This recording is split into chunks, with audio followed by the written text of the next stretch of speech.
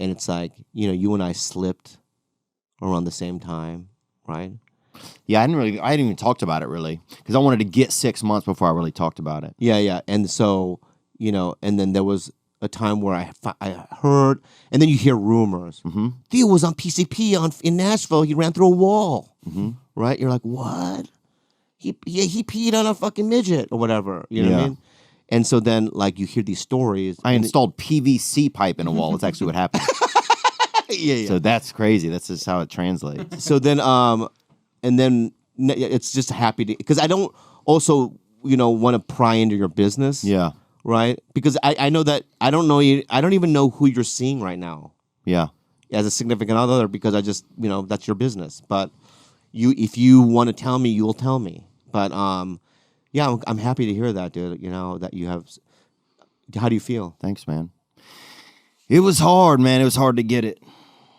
I mean, and I just never talk about it that much on the, like, I've always been in the program, so I've never, like, the most I've ever gone without a meeting is probably a week. Yeah. But yeah, I was in Hawaii, and I met this dude at a smoothie shop, this shaman, and next thing you know, I'm using DMT, you know, at his house, dude. No, is that real? And they ran a child care out of there too, dude. No, are you real? You did DMT? Yeah. How was it? I mean, I'll tell you this, man.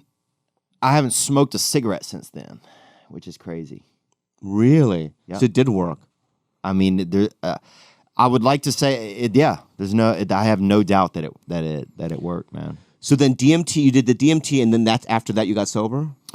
Yeah. So then I was just like, well, yeah. So then whenever I got back home, I just got back into The rhythm of it. Yeah. Well, I felt like a little bit before that I was gonna drink. You know, I just felt I wasn't really doing my program as much as I should. I was going to meetings but not doing it. But who and then I went to Maui and just had me a couple cocktails, man. Nothing crazy, really. I didn't do anything crazy. I never liked drinking. Yeah. So I had just some tequila and water and, you know, over a couple days, and then I ran into that man at the smoothie shop. His buddy had vitamins, vitamin D3, and he hooked me up with a couple of free bottles of vitamins, and then he's like, hey, you got to meet my buddy, and then that dude just... Does DMT come in a capsule? How do you smoke it? What is it? Yeah, he had like this kind of little piece. It was kind of like a peace piper kind of thing. And yeah. And you did it. Dude, it was crazy, man. And then what does it do with the feeling? Here's what happened. So basically, the whole way I interact with the world is through my eyes, ears. Okay? Suddenly, like, there was no difference between, like, me and, like, a sound or, like, a color. Like, everything was all just the same thing. And a tree, I died, and then a tree grew straight out of my mouth, straight up into the air, as high as, and it wasn't even the air anymore. It was just, like, this portal into, like, I don't even know. There was no maps. It was all a map.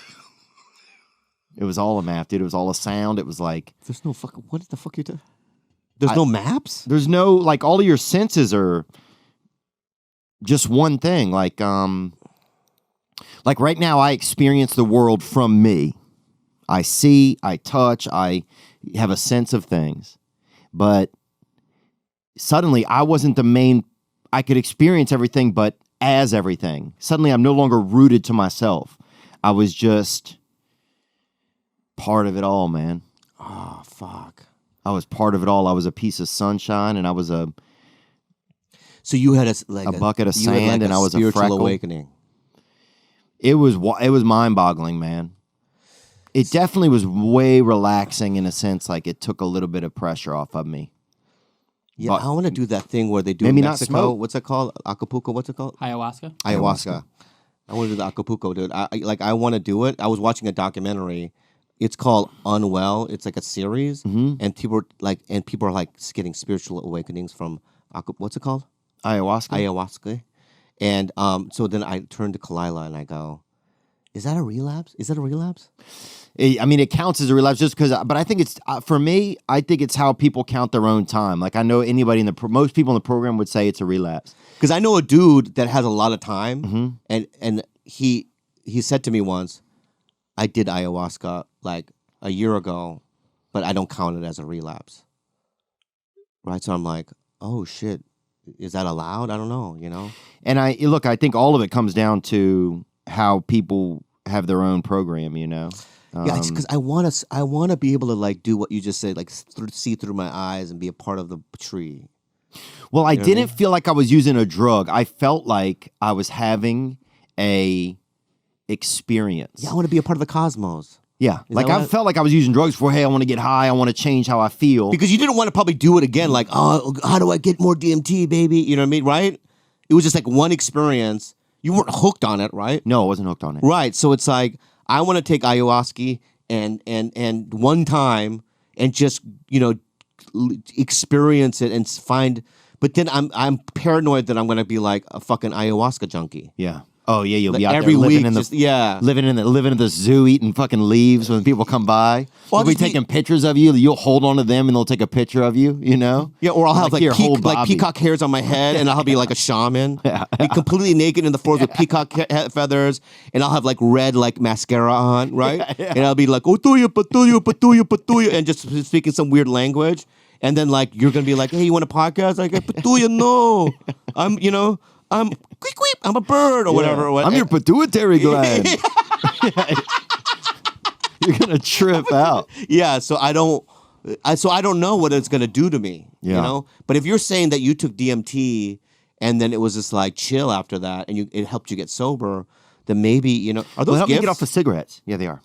It helped me get off. Can I open them? I didn't expect it to help me get off cigarettes. It just did, man. Can I open them? And I'll talk more about it on a regular episode. I didn't even really mean to bring it up, but No. you brought it up whenever I got it. I was on your podcast. Yeah.